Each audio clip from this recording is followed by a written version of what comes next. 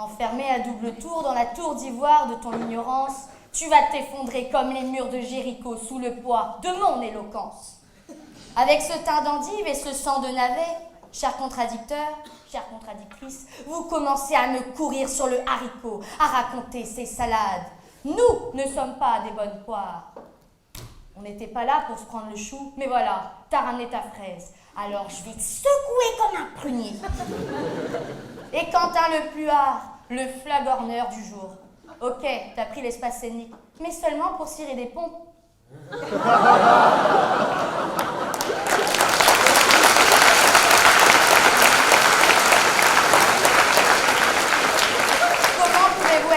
Dans votre style tout droit sorti d'une licence en droit canonique, le seul cru est bu durant l'Eucharistie. J'exige le retour en cuisine de ce plat amèrement réchauffé. Soit, mes chers amis, ne nous attardons pas sur les scènes nains. Bien que je me retiens de pointer le simplet, attardez-vous plutôt sur Blanche-Neige. Oui, en toute modestie, je vous promets de vous rallier à ma thèse sur ce sujet juridico-culinaire. Un accusé est cuit quand son avocat n'est pas cru. Tonnerre de Brest! Foutaise! N'en déplaise à Pierre Dac. Mais ne le blâmons pas. Il disait de moins contestable. Être dur de la feuille n'empêche pas pour autant d'être mou de la branche. À bon entendeur. Quoi qu'il en soit, l'accusé peut être cuit à cause d'un bon cru avec ou sans liqueur d'avocat. L'avocat cru n'empêchera pas l'accusé de cuiter. Prenez un un cuit sans fond. Enfin, doucement, l'espoir fait ivre. Même si son avocat ne l'a jamais cru. Et certes, les bons crus font les bonnes cuites. Mais au prix où sont les crus, combien coûtent les cuites? Enfin, à l'apéritif, par exemple, en guacamole ou en tarte, que l'avocat soit cru ou pas, c'est la cuisson qui importe. D'ailleurs, Jeanne d'Arc a bien dit aux Anglais, illustre gastronome, « Vous ne m'avez pas cru, vous m'aurez cuite !»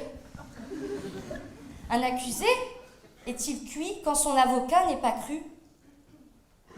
Puisqu'il faut choisir, à mots doux je peux le dire, sans contrefaçon, la réponse est non. Pour convaincre, il convient d'appréhender le plus fougueux des cas de figure. Même si l'avocat est cru, l'accusé est cuit. Si l'accusé cuit dans les affaires judiciaires, comme on mijote simultanément dans huile, beurre, en ébullition ou à vapeur, même si l'avocat est cru, l'accusé, lui, est cuit. 2017, manière de le servir. Je pense que vous l'avez sarkozyment reconnu. Qui a osé? Ah, on avait dit pas de politique. Et pourtant, Talleyrand disait, en politique, ce qui est cru devient plus important que ce qui est vrai. À l'inverse de mes contradicteurs, ils ne sont pas crus, mais cuits. Je vous mange tout cru. À chair, à sang, à plume, à la façon de Barbe Bleue ou celle de Landru, qui faisait rôtir ses victimes. Vous êtes tombé sur un os. Ou bien, Monsieur Sagawa, vous savez, ce japonais qui a mangé sa petite copine à Paris. Si c'est pas une belle preuve d'amour, ça. Bébé, ce soir c'est sushi, mais le sushi, c'est toi.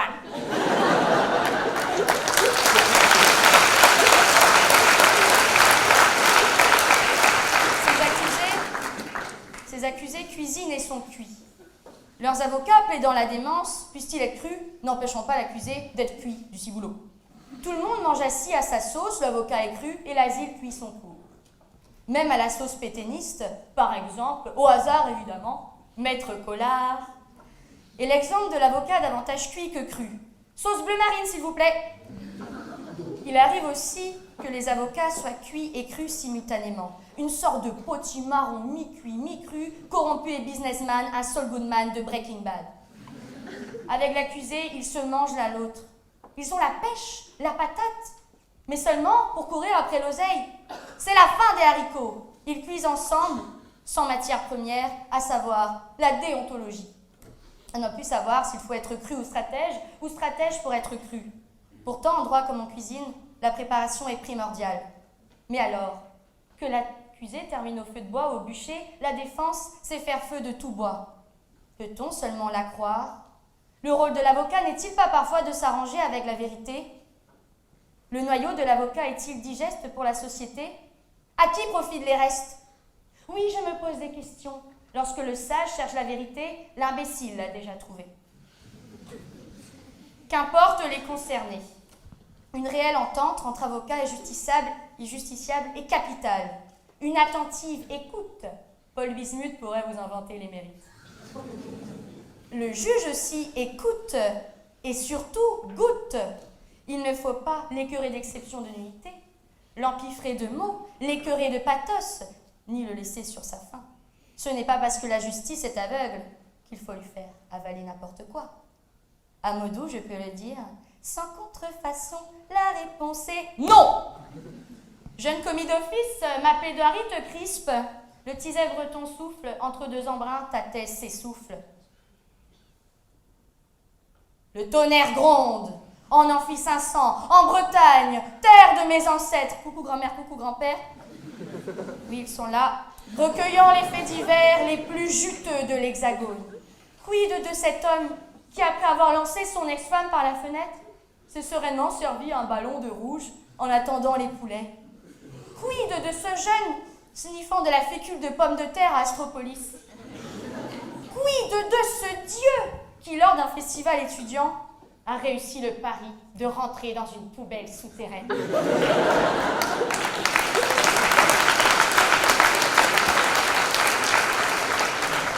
En velouté, en verrine, en mousse ou bien même cru, qu'importe à quelle sauce est apprécié l'avocat. Laissez ces accusés cuits, aussi cuits qu'ils boivent cru sec. Brest, terre de légende, forte de tes déviances, de ta vie nocturne endiablée, de tes petits F. Ô Brest, ma bro, je t'aime et pour cela, jamais je ne te jugerai. Brestois, je plaide pour vous. Si vous m'avez cru, soyez cuits.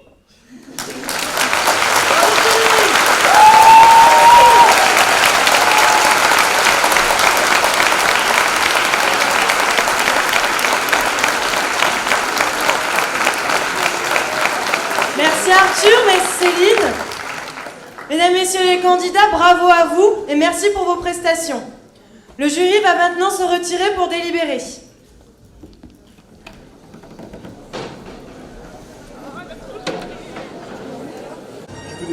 Merci d'accueillir le jury. Merci aux candidats de s'avancer avec l'équipe encadrante. Merci.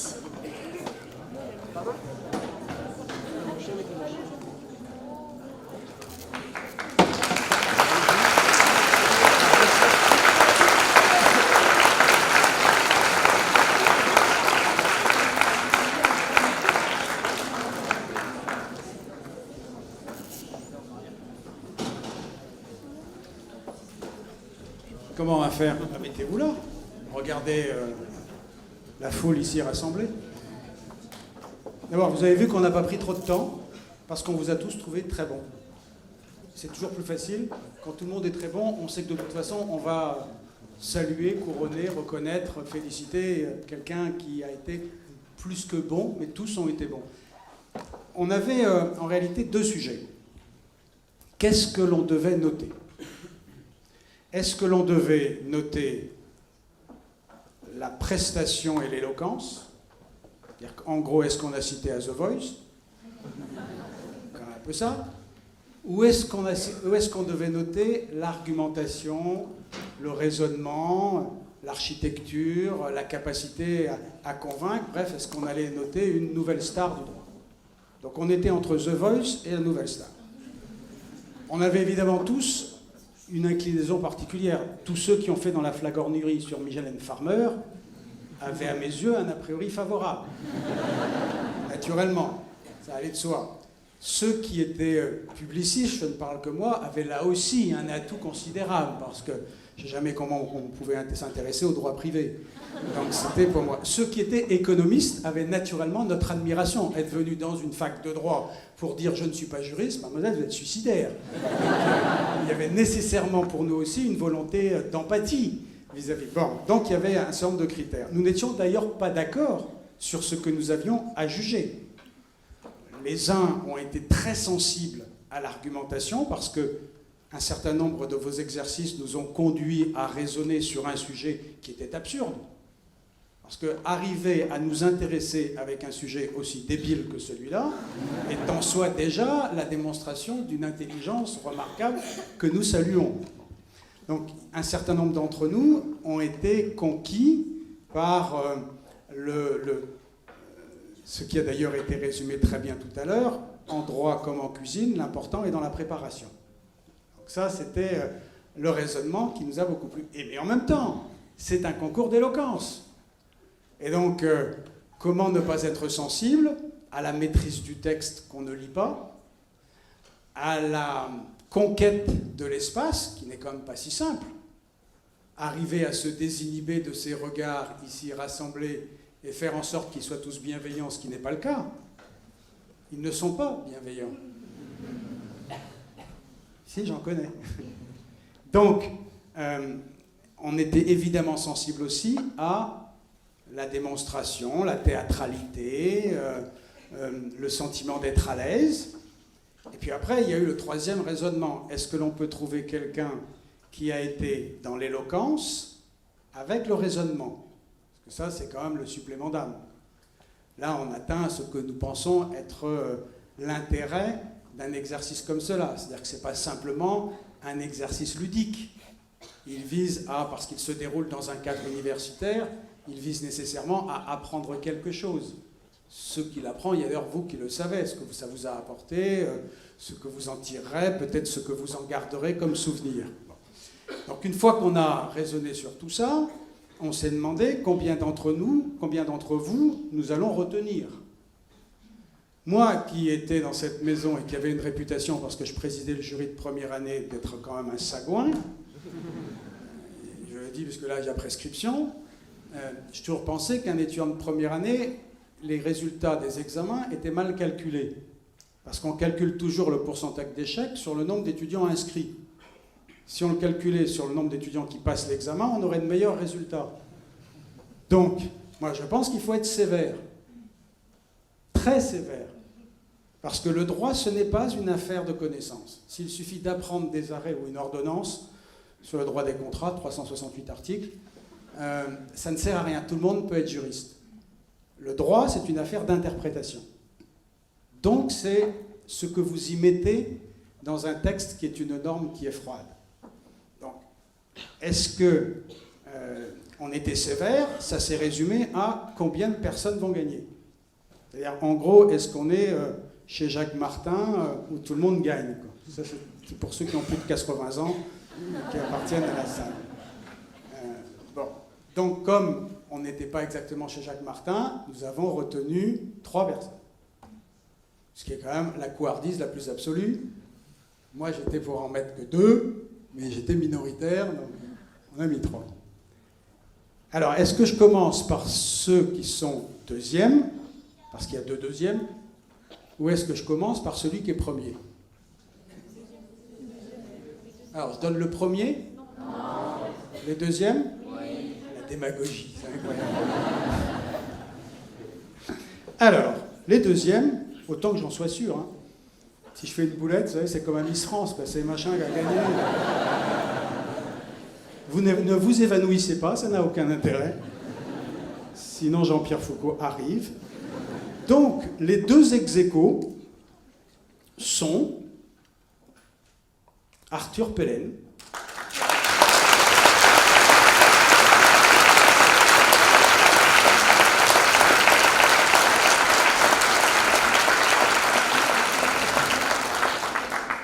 et Quentin Lepluard.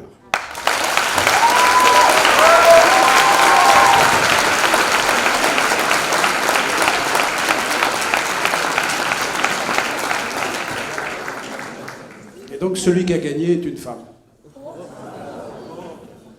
Céline Cabioche.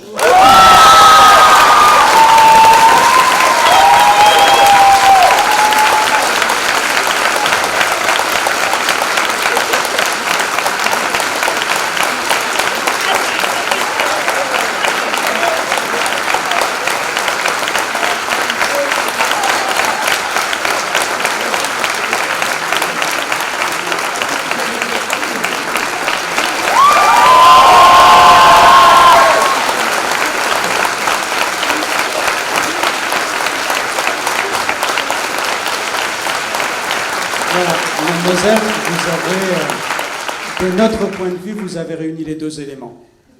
vous aviez l'éloquence, parce que nous avons eu le sentiment que vous vous effaciez derrière votre argumentation.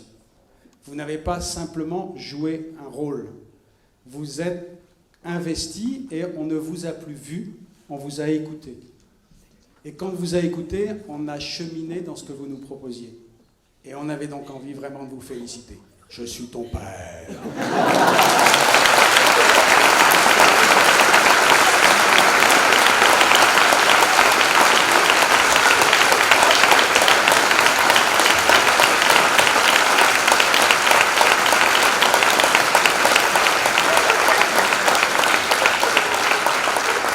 Merci à tous.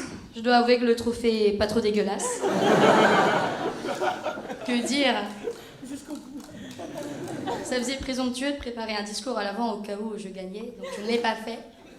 Ça sera donc en freestyle. Donc, on fait comment? On remercie tout le monde et puis vous vous ennuyez? Ou... Je vais dire merci à grand-père et grand-mère d'être venus.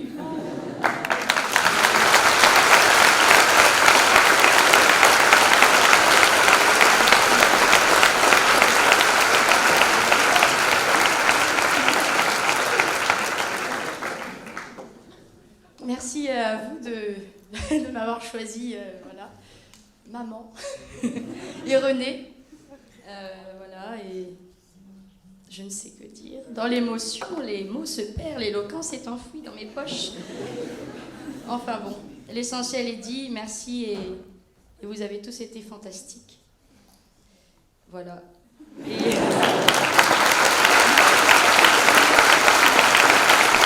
Merci beaucoup.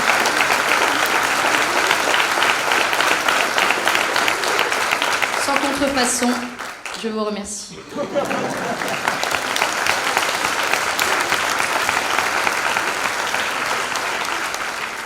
J'en oubliais l'essentiel. Ah, il est là. Monsieur Roussel, mon fervent coach, ça n'a pas été de tout repos avec son caractère de feu et mon caractère de braise.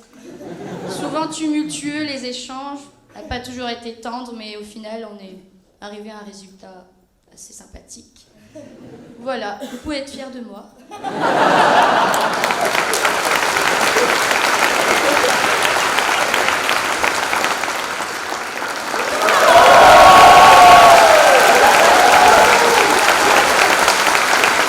Debout pour Ampli 500, pour la nouvelle vainqueur de Stade Droit, c'est Dodo!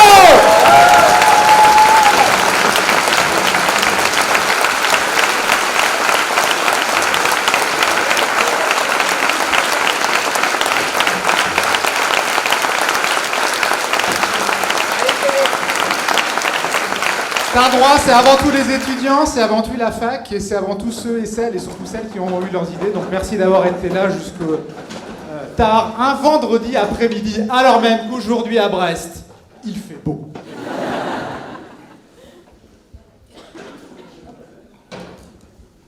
Mesdames et messieurs, merci d'être venus encore une fois aujourd'hui soutenir nos candidats.